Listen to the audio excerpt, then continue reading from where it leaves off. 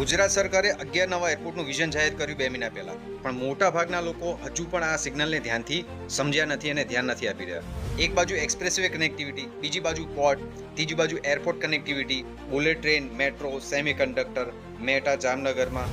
શું રહ્યું છે આપણા ગુજરાતમાં?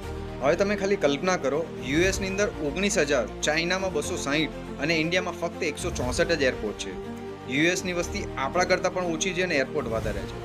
આનું કારણ શું? ગુજરાતના આ 11 એરપોર્ટનું પ્લાનિંગ ફક્ત મુસાફરી માટે નથી, પણ તે આર્થિક વિકાસનું દ્વાર છે. હવે કયા એરિયાને બેનિફિટ મળશે, આ પ્રોજેક્ટનો વર્તમાન સ્ટેજ સમજીએ, જે ખૂબ જ જરૂરી છે. ફિઝિબલ એટલે કે શક્યતા. High growth. મોરબી, દ્વારકા, રાજપીપળા, દાહોદ અને ધોરડો. અહીં કામગીરી ઝડપથી આગળ વધી રહી છે. અંકલેશ્વર, અંબાજી અને ધોળાવીરા આ પ્લાનિંગ અને રિવ્યૂ સ્ટેજ પર છે. આ લોકેશન પર હાલ પ્લાનિંગ અને પ્રી ફિઝિબિલિટીનું કામ ચાલી રહ્યું છે. ઓબ્ઝર્વેશન સ્ટેજમાં છે પાલીતાણા, બોટાદ અને રાજુલા.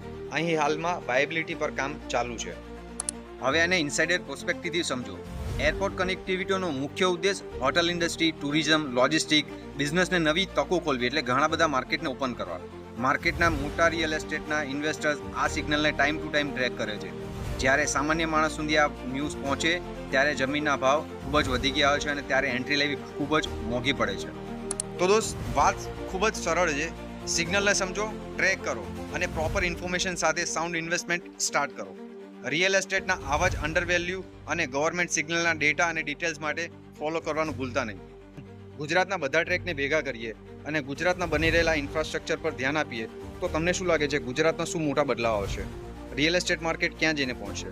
કમેન્ટ જરૂરથી કરજો. રામ રામ, રાધે રાધે.